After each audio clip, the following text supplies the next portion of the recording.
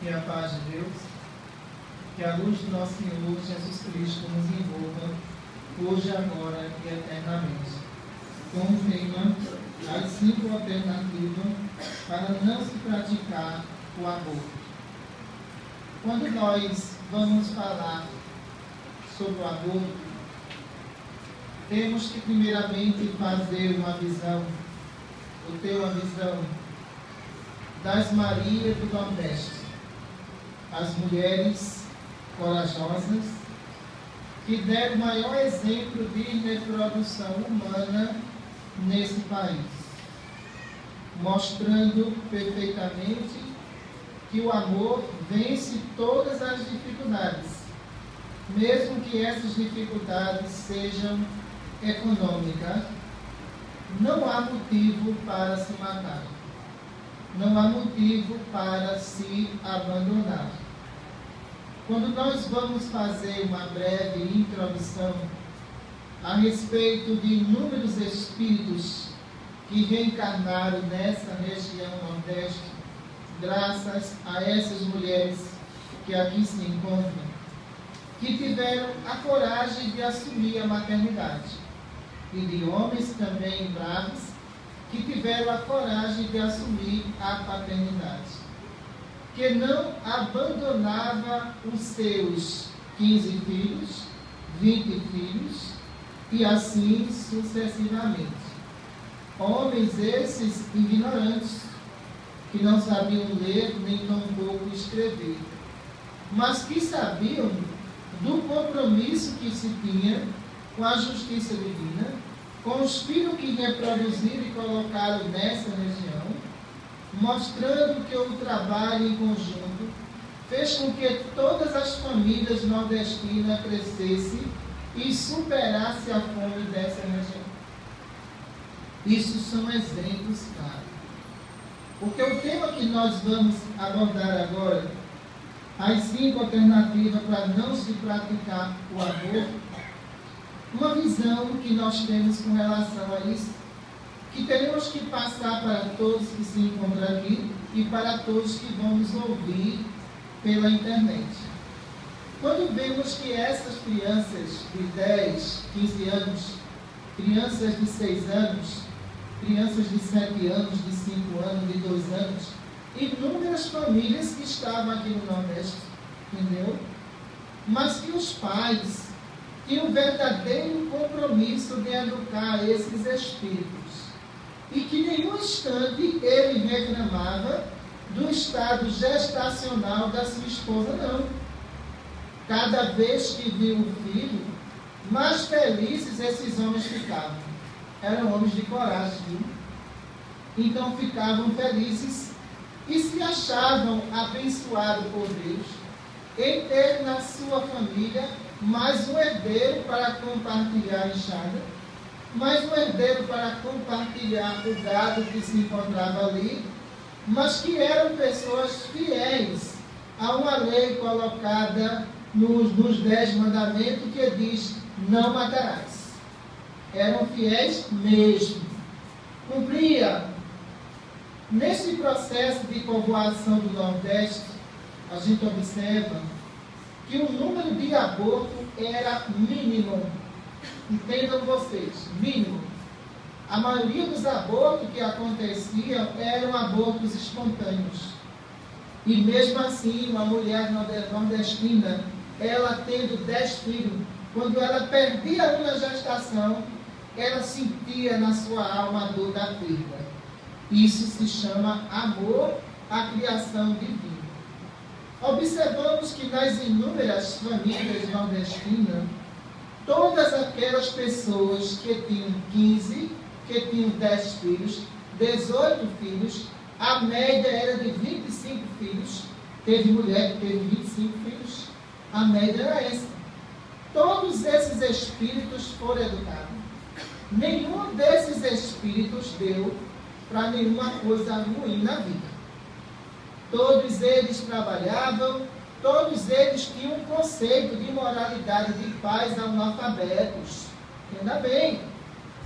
Se naquela época, há 50 anos atrás, as coisas eram muito mais difíceis para essas pessoas e elas conseguiam sobreviver a tudo isso. Veja mesmo, as dificuldades. Sabe por quê? Nesses matrimônios existia uma fidelidade enorme um ao outro. Compartilhavam as suas dificuldades. O pai e a mãe tinham a obrigação de educar os 10 que ali se encontram. Olha que não eram pessoas fáceis não, viu?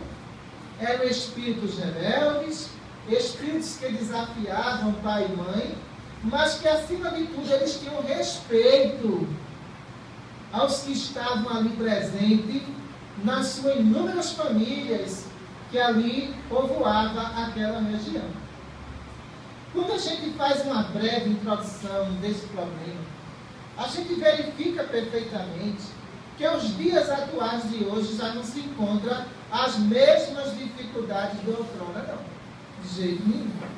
Porque hoje em dia, a média de nascimento nessa região chega por família a 2 filhos. Veja o quanto caiu.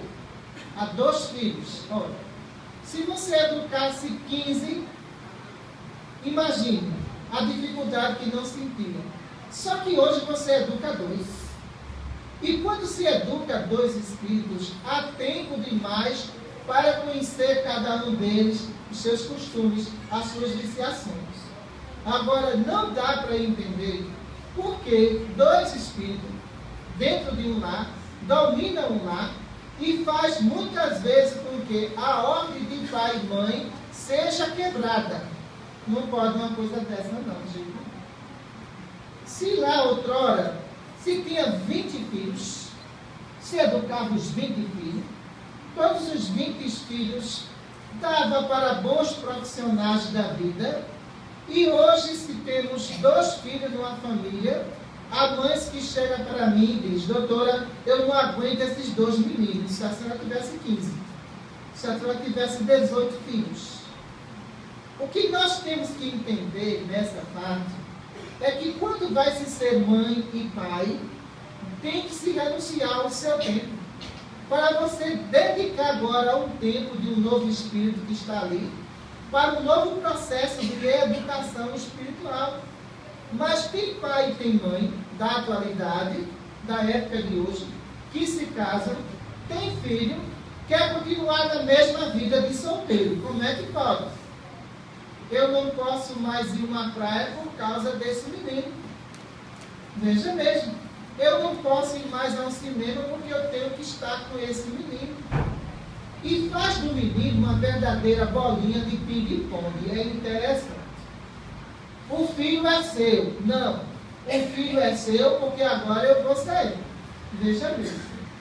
Se cria um verdadeiro drama na questão da criação, onde 2 irresponsáveis colocaram o espírito no mundo. Para que fizeram isso? Existem vários métodos hoje de concepcionais que evitam o estado gestacional. Se o senhor ou a senhora não está preparado para ter filho, por favor, consulte o médico. Ao consultar o médico, ele vai passar, de certeza, um anticoncepcional adequado à senhora. Mas se não está psicologicamente preparado ou preparada para ser pai, esqueça. Ter pai é ter paciência. Ter pai é ter tempo. Ter pai é dar atenção à criança. Ser pai durante a madrugada é dividir também as noites de sonhos. E a gente percebe perfeitamente que no meio disso tudo são tantas e tantas acusações um do outro, que até parece que aquele filho, ele não veio unir o casal. Aquele filho veio separado de uma vez por toda. Ora, eu não posso nem dormir por causa dessa criança que está chorando. Você achava que criança não chorava, era? Você achava que criança não se sujava? Que você não pode ir até ali limpar a criança? Então, a gente percebe que o amor de um casal, ele começa a se acabar a partir do momento que eles não estão preparados para receber esse filho. Não estão, não. De jeito nenhum. Sabe por quê? Porque tudo é culpa da criança. A criança nem começou a falar ainda. Ela já é acusada de tudo. Entenda mesmo. Então a mulher vaidosa que tem o primeiro filho e há uma modificação total no seu corpo, olha, a culpa foi dele, eu não era assim não. Eu era tão bonita, tão bela. Olha, nós não podemos tratar um filho dessa forma não. Então nós temos que entender que aquele espírito que acabou de chegar naquele lar, ele tem que ser bem recepcionado, ele tem que receber carinho, ele tem que receber atenção do pai e da mãe. Mas na questão masculina, fica muito a desejar, imaginem vocês. Fica tanto a desejar que eu já vejo separatismo na questão da gestação e alguns homens que andavam abraçados com as suas mulheres, entendeu? Porque estavam sequinhas, né? Estavam ali no perfil físico que ele admirava, mas quando essas mulheres chegam aos 6 meses de gestação, olha, parece que ela tem uma doença contagiosa. Ela vai na frente e ele atrás, uma distância enorme. Parece até uma mulher sem dono. Como é que pode uma coisa dessa? De repente eu vejo cenas de mulheres grávidas que querem andar de mão dada com o seu esposo e ele solta. Não aceita de jeito nenhum. Se ele está tratando uma gestante sensível, uma gestação desse modo, como é que ele vai tratar essa criança? Diga mesmo. O despreparo psicológico é muito grande. E como é? Então, essa primeira alternativa que eu coloco aqui, das mulheres nordestinas, mulheres valentes, mulheres que soube educar 15, 20, 25 filhos, mas bem educados mesmo. Sabe por quê? Foram determinadíssimas. Foram mulheres que tinham uma visão educacional, foi uma educação passada de geração em geração. Agora é triste na atualidade. Muitas vezes, algumas pessoas de família, de pequeno número de crianças, uma criança, 2 crianças, falar que uma criança, de repente, manda dentro de casa. Como é que pode uma coisa dessa? Uma criança só, mandando dentro de casa, alguma coisa está de errado nessa relação. Não é na criança, não. É na relação, sim. Algum problema tem ali. Porque quando o pai e a mãe, que são responsáveis pelo filho, começa a fazer vista grossa para ninguém se preocupar com a criança, o que é que faz? Deixa a criança fazer o que quer. Veja mesmo. Mas é seu filho. Você não vai falar nada não, tá vendo? A culpa é sua. Não, a culpa é sua. Eu não consigo nem assistir mais um jornal na televisão. Deixa ele fazer o que ele quer. Tá vendo aí? Educar é se preocupar. Vocês que estão gestantes aqui, coloquem uma coisa na cabeça. Educar um espírito rebelde não é um mar de rosas. Entenda bem. Você vai lidar com mentes que podem dominar a sua, mas que você tem que ter o predomínio dentro de casa. Quem quer espírito dentro da sociedade educado vai ter que quebrar a cabeça na infância, mas lá na frente vai ter resultados. Vocês vão ver o resultado lá. Agora, se de repente eu vou educar uma criança e jogo toda a responsabilidade para essa criança que não sabe definir o que é educação, tenha certeza que a terra nunca vai acabar os maus feitores. Sempre vai existir. Porque aquela criança ela não teve nenhuma referência educacional de uma pessoa adulta. Porque a pessoa adulta não quer se preocupar em educar, porque educar dá trabalho. Veja mesmo, dá trabalho sim. Agora, se dá trabalho, será que você, homem, você, mulher, estava preparado para ser pai ou mãe? Para mim, não estava. Teria que passar um estágio dentro da maternidade, durante um ano, saber o que criança faz em maternidade, logo ali dentro, os cuidados que se tem. Eu garanto que muito homem, muita mulher irresponsável ia dizer, eu não quero ter filho nunca. Quero nada, de jeito nenhum. É muito difícil cuidar de menino. Se passasse por essas experiências, nós teríamos a certeza que o número de casamentos e divórcios iria diminuir nesse país. E de nascimento também iria diminuir, certo? Porque um ia dizer para o outro, olha, se a gente não se suporta, não vamos ter filho não. Não vamos ter filho porque se a gente não se suporta, a gente não vai suportar a criança. Criança quer atenção, criança quer carinho, criança quer limpeza, criança quer alimentação. E essas tarefas, elas têm que ser divididas entre vocês. Entenda bem, a mulher não é só a reprodutora, não. Nem a babá de 24 horas por dia, não. Pelo amor de Deus. Aquele filho que está ali também é seu. Existe ali uma participação sua. Se existe essa participação, então, por favor, colabore. Aí nós vemos que os grandes casamentos que se realizaram, que tiveram uma estabilidade de 30 a 40 anos, compartilhou a educação dos filhos. Soube das dificuldades que se encontram ali. Ninguém jogou a responsabilidade um no outro. Então, quando a gente vai falar da questão do aborto, nós temos que mostrar essas dificuldades que o estado psicológico dos casais enfrentam. Sabe por quê? A partir do momento em que esses casais, mesmo casados, que não estão preparados para ter o segundo filho, e essa mulher engravida, a maioria faz aborto, porque não estão preparados. Várias questões se colocam aí. A questão econômica, eu estou ganhando muito pouco. Diz logo, entendeu? Olha, se a gente não aguenta esse menino, para que outro? Eu estou falando de casais casados, entendeu? Que ele coloca o aborto como uma saída para os seus problemas. E a criança, como é que fica? Veja mesmo. E o espírito que sabe que aquele lar é estabilizado. O espírito sabe que aquele lar pode lhe abrigar, mas a mãe, que não tem paciência, o pai, que não quer responsabilidade, mesmo casado, abortam os pais. Praticam o aborto.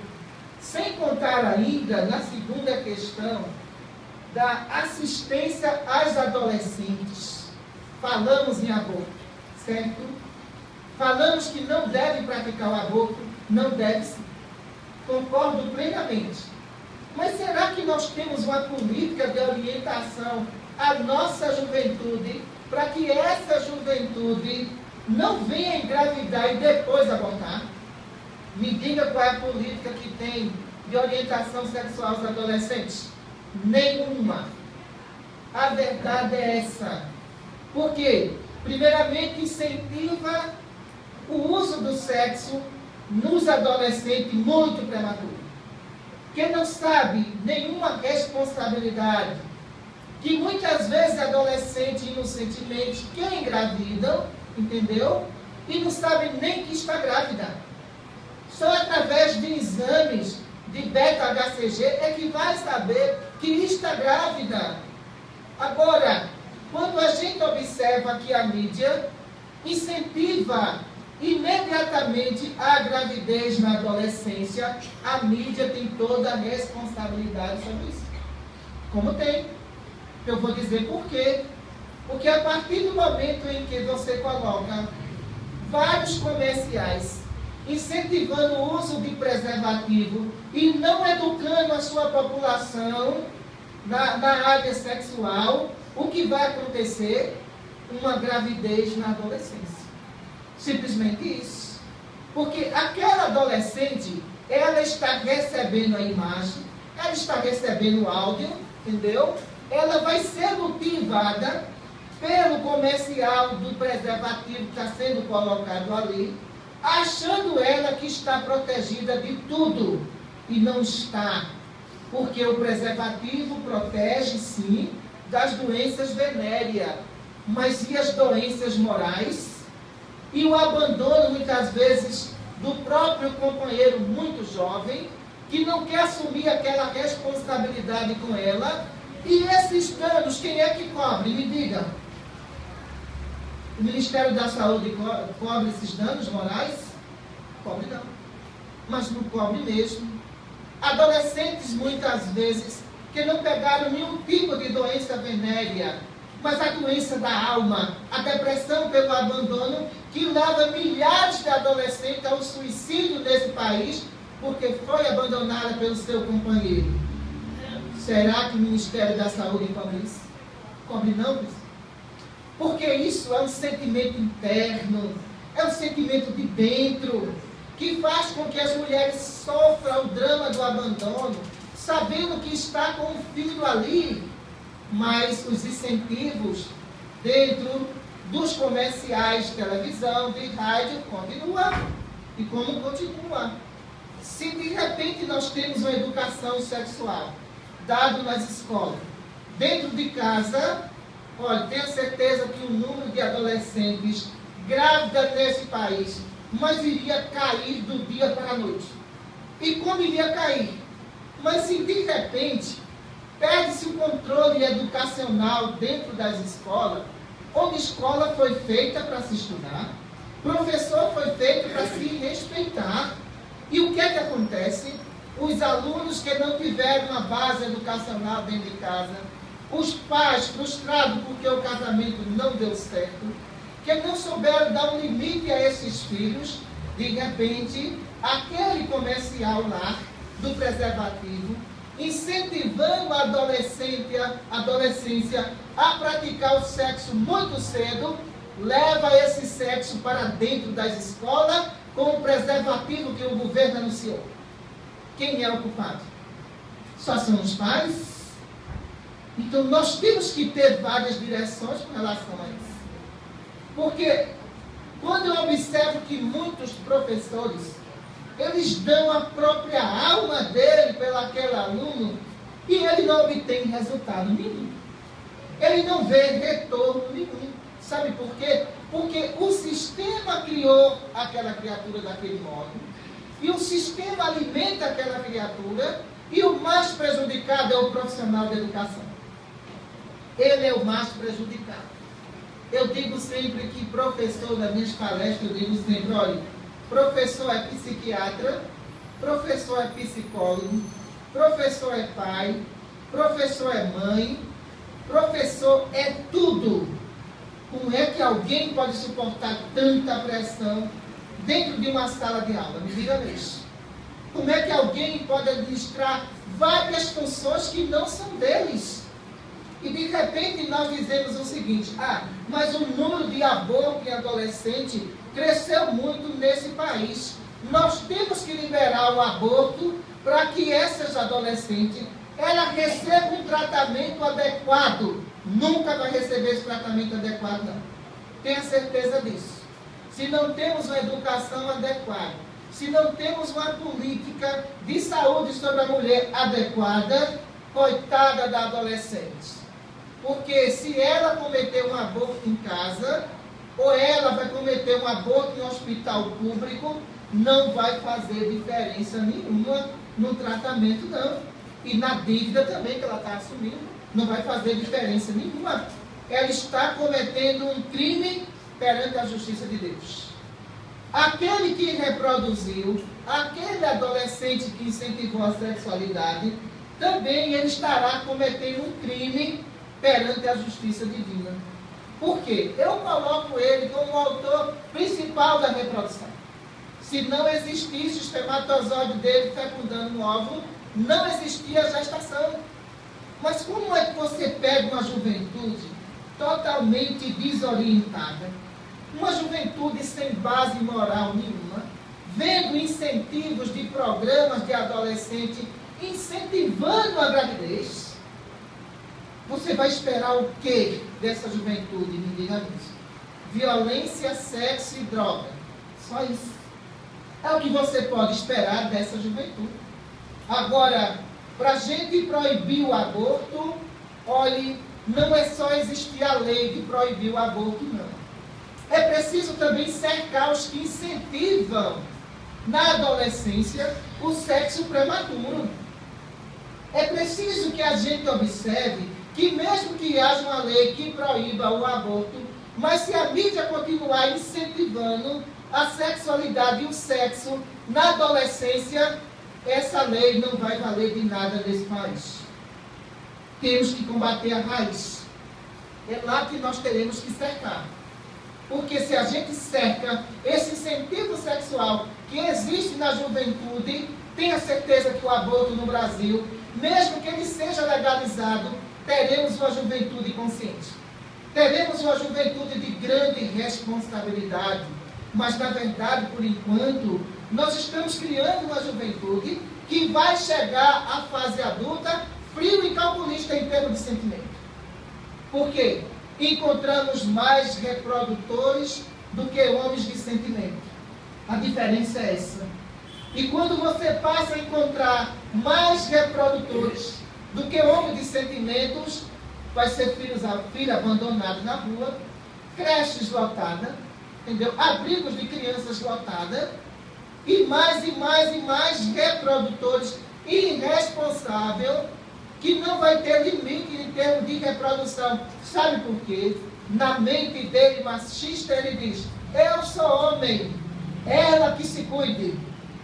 Você é homem, mas você é responsável pela reprodução também. Não esqueça disso. Perante a justiça divina, quando há um estado gestacional, não é só a mulher que deve ser condenada pela prática do aborto, não. O Senhor também participou do aborto. Porque o Senhor abandonou aquela mulher, aquela adolescente. O Senhor seduziu o adolescente. O Senhor não tinha amor próprio. O Senhor queria apenas satisfação sexual e nada mais do que isso. Depois da satisfação, o Senhor foi embora. É responsável. Terá que responder sobre a justiça divina. A terceira questão é: nós falamos que temos que combater o aborto, certo? Temos que combater o aborto. Mas a mulher que está grávida e tem esse filho, eu pergunto a vocês: como vai sustentar essa criança? Quem vai dar amparo a esta mulher? Me diga mesmo. Eu posso dizer que uma coisa é proibida, mas eu tenho que estar à frente quando aquela mulher não comete o aborto, aquele filho nasce, como é que ela vai sustentar? Apenas eu disse que é proibido, sim, mas a criança vai precisar de escola, pessoal. A criança vai precisar de alimentação, a criança vai precisar de educação. E eu coloco uma alternativa aqui para todas as religiões refletir nessa questão. Se todas as religiões criar um fundo de investimento sustentável, a criança que não foi abortada será excelente. Mesmo que as clínicas se instalem no Brasil de aborto, mas se todas as religiões se unirem, vamos colocar bem claro, formar uma conta em socorro às crianças que nasceram, tenha certeza que o aborto no Brasil não existe mais. Agora, não venham com demagogia, não. De nenhuma forma. Porque a partir do momento em que toda a religião se une e diz: eu sou contra o aborto, e se na sua porta, na sua igreja, certo?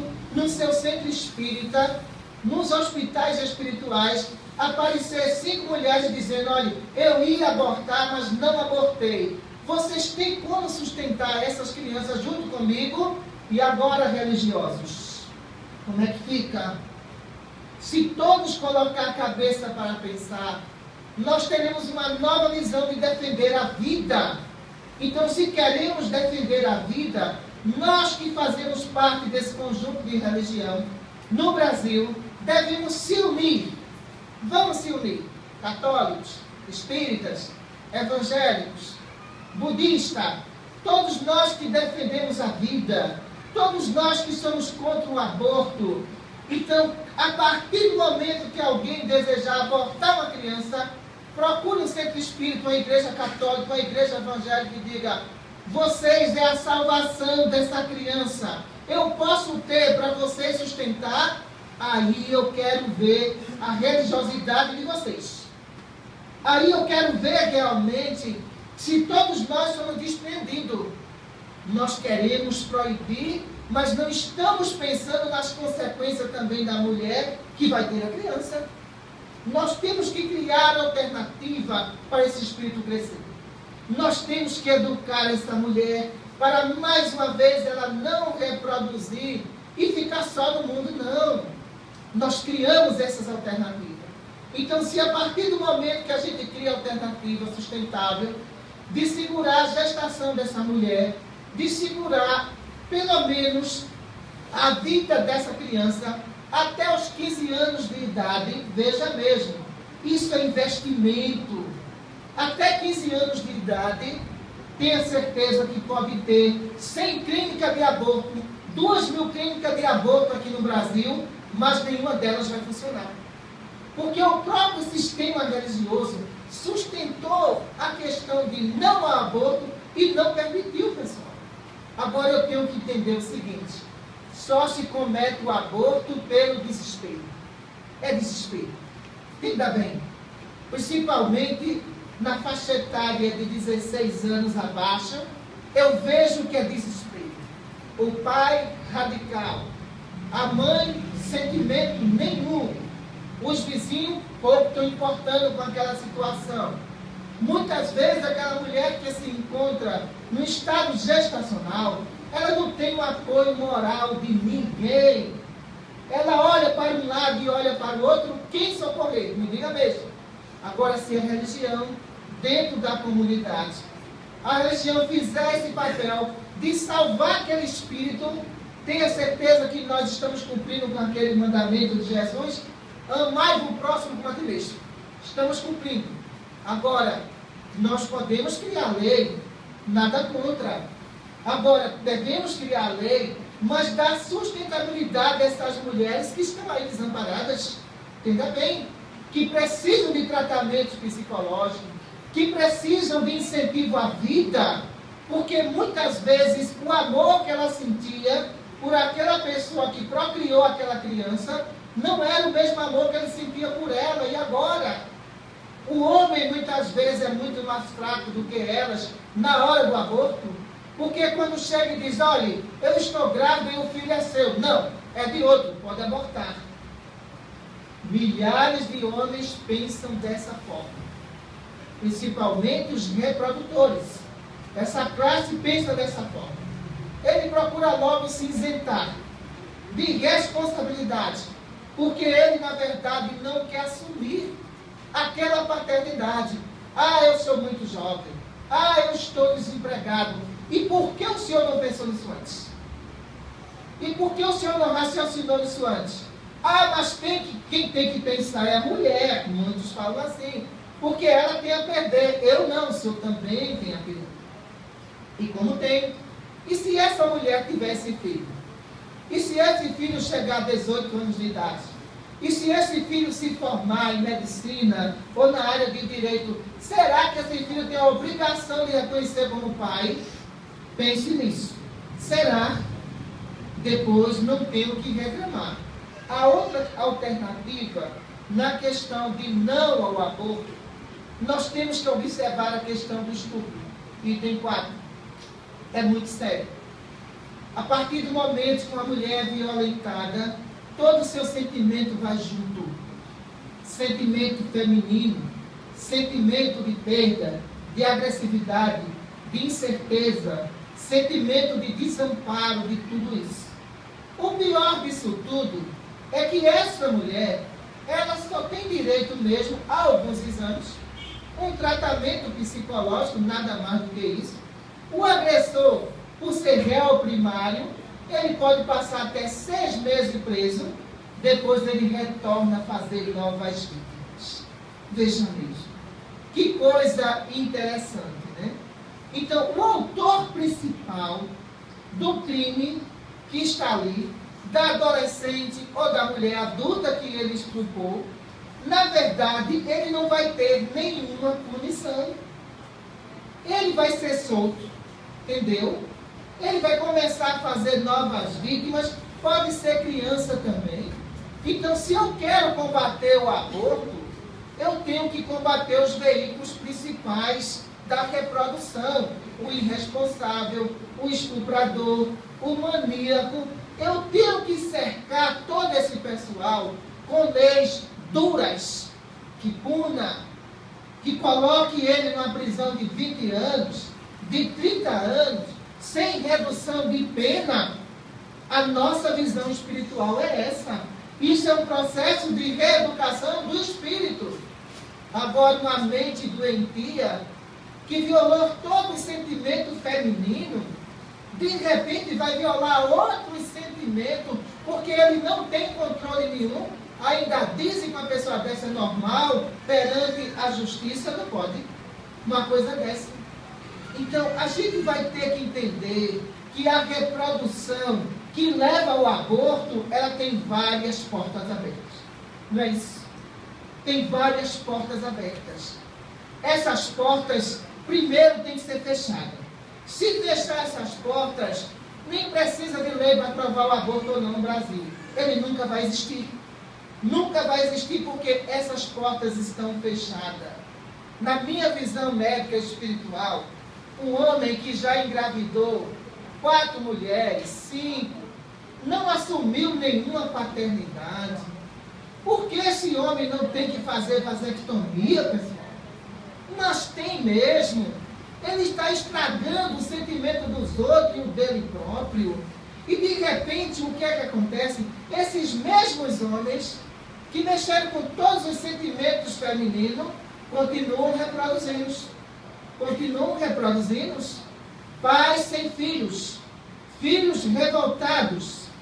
Filhos em busca de pai e pai que não quer nem saber de filhos.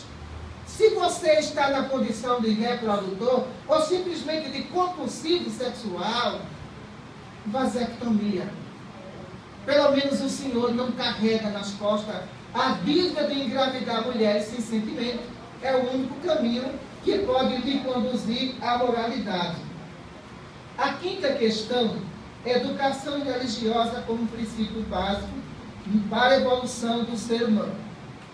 Todas as pessoas, todas as religiões, ela deve colocar o sexo como elemento sagrado da criação. Elemento sagrado de respeito, de responsabilidade entre todas as pessoas que estão abrigando a religião católica, evangélica e assim sucessivamente. Mostrando o princípio básico da criação, dada pelo nosso Pai Celestial. E respeitando a vida que vem do mundo espiritual, com a nova esperança de resgatar o seu débito aqui nesse planeta de expiação e prova. Se nós tivemos a oportunidade de nascer, por que não queremos dar oportunidade aos outros de voltar, de estudar, de se casar, de constituir família?